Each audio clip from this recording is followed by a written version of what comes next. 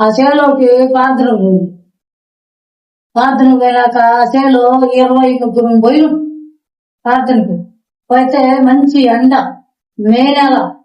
ఆ తర్వాత ఇంతలా ఉన్న పిల్లలు, ఆ పిల్లల మీద నడుస్తా ఉన్నాడు. పాస్టర్ గారు అయితే లుంగి గోసి పెట్టుకొని మోకాళ్ళ మీద నడుస్తా ఉండు. ఓ పిచ్చా ఏంది ఎట్లా నడుతుందో అనుకున్నా కూడా సరేలే, ఎందుకు నడుతుందో వాళ్ళని పాస్టర్ గారు మోకాళ్ళ మీద నుంచి నడుచుకుంటూ పోతుంటే నేను కూడా ఆయన ఎందుకు ఉమ్మను ఆయన ఎలా పోతాడో చూసేదాన్ని. అలా పోతున్నాడు అని చూస్తా ఇంకా సరేలే 3 టిప్పులు పోయొచ్చింది. 4వ టిప్పుకి నా మనసు కలక్కమన్నది.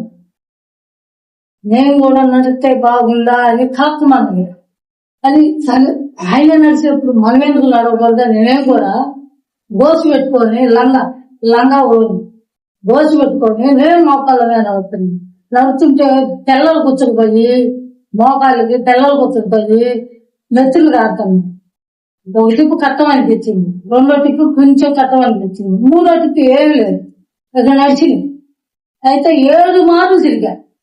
7 మార్లు తిరిగి ఇంకా చెమట తెగ్గారి కూర్చొని ఇంకా నా వల్ల కాదని అలా కూర్చొని ఇంకా అట్టనే చూస్తున్నా, అట్టనే వాళ్ళకెళ్ళి చూస్తున్నా.